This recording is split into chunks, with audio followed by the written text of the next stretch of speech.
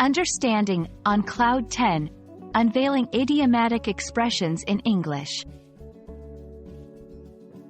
Hello, everyone. Welcome back to our channel. Today, we're going to explore an interesting and slightly unusual English phrase, on Cloud 10. You might have heard of on Cloud 9, but what does it mean when someone says they're on Cloud 10? Let's dive in and find out. Before we delve into on Cloud 10, let's understand where on Cloud 9 comes from. On Cloud 9 is a popular idiom used to describe a state of extreme happiness or euphoria.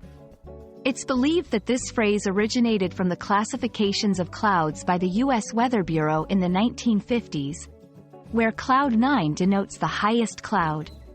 Over time, this expression has become synonymous with feeling on top of the world.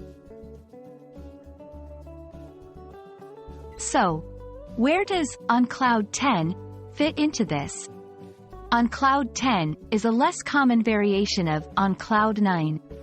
While some argue that it's just a mistaken version of the original phrase, others suggest it's used to indicate a happiness even greater than Cloud 9. It's like saying, I'm not just extremely happy. I'm beyond the usual limits of joy. How do you use this phrase in conversation or writing? Here are some examples. 1. After winning the lottery, I was on Cloud 10 for days. 2. When she said yes to my proposal, I felt like I was on Cloud 10. These examples show how the phrase is typically used to express a heightened state of happiness or success. So, there you have it.